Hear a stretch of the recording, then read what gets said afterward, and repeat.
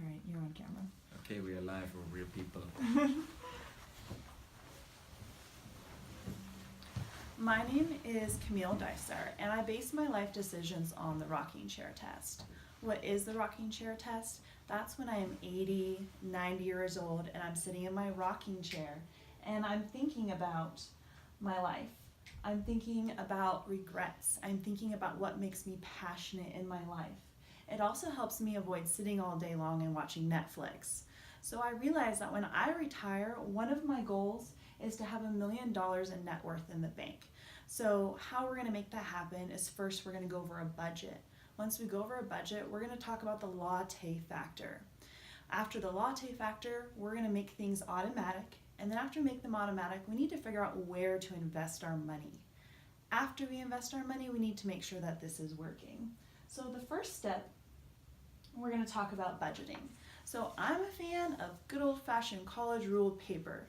Now financial institutions, financial gurus out there, they have templates, they have apps that'll help you make a budget. So when making a budget, one of the first thing we need to do is know how much money you actually make. What is your gross income? The next thing is to write down all of your expenses. You want to write down your set expenses as well as your variable expenses. So it's something I found out when I did this for the first time is apparently as an individual person, I was spending $400 a month in groceries, up towards $500 sometimes, and I had no idea prior to a budget. I was just kind of wondering where my money was going. So that was a big thing for me. And then once you have your budget in place, now you can make short-term as well as long-term goals of what you want to do with your money. Now when you're reviewing your budget, I recommend a couple of times a month, monthly as you get more of a handle on it, you're going to discover something called the latte factor. What is the latte factor? So David Bach, he is the author of The Automatic Millionaire, and he is a New York Times best-selling author 9 years in a row. So he discovered the latte factor. So latte, cup of coffee, it's only $5 a day, right? Great little treat for yourself, but what happens is that adds up over time. An entire year, if you were to spend $5 on a cup of coffee a day, that is $1,825 that you have spent on coffee. 10 years from now, that is $18,250 you have spent on coffee.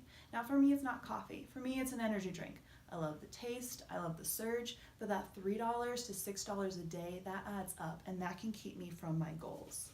And he has a calculator on his website, so you can do cigarettes, just kind of any instant convenience that you tend to splurge on yourself. So the next step is we need to make things automatic.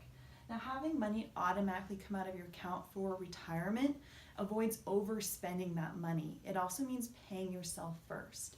Dave Ramsey is the author of The Total Money Makeover and the founder of Financial Peace University. He recommends saving 10 to 15% of your gross income towards retirement. So because a lot of times what happens to us is, and you'll see this on Mimi's too, there's too much month left at the end of our money. So by paying ourselves first and saving, it ensures we're saving enough money. It also avoids overspending when we get paid or we have that little bit of extra income flux that happens. Also, having an automatic savings, that helps us avoid emotional investing. So when the Nike ad came out, that's a very controversial time. People bought stock, people sold stock, and if you're just following investments based on emotions, you risk losing money. So also by putting it in a retirement account, that means that you're not going to be tempted to withdraw that money early. So now that we've budgeted, we're monitoring our latte factor, and we know how much money we want to invest a month, where do we put that money? So the next step is investing, and I'm going to specifically talk about Roth IRA accounts. So there's Roth IRA accounts and traditional IRA accounts. I'm 31 years old, so for me it makes the most sense to invest in a Roth IRA account.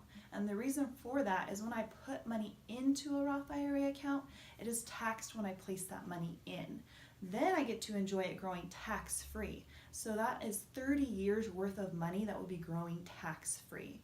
Now there are other savings accounts that you can open, such as CDs, mutual funds, and bonds, so you can definitely diversify. So the great thing about a Roth account is that once that money is in, the only way you can access it is if you want a fee involved, or you have to be 59 and a half. So it keeps that money kind of out of sight, out of mind. Also, there is a max annual contribution of $5,500 per year that you can contribute. So now that we're investing, let's see if these numbers work. So the dream. So Bankrate has a compound calculator. So you enter your age. So I entered 31 years old. I entered my current investments, which are $14,000 worth of investments. I entered my annual contribution of $5,500 for my Roth IRA account. And then I put about when I thought I was going to retire. Now, Bankrate automatically assumes that everything's going to grow about based on a 7% return. So when we place those numbers in, you can see that when I reach the age of 67 years old, I will have $1,036,000 in investments. So I've reached my goals. But you know what? I know that this is a sacrifice.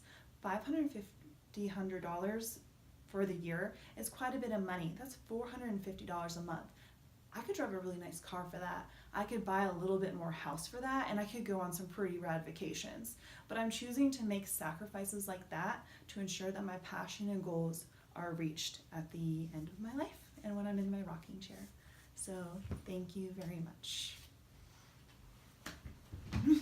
Yeah, you could clap if you wanted to. You guys do have to come so she can know that I was here. And I guess I could move.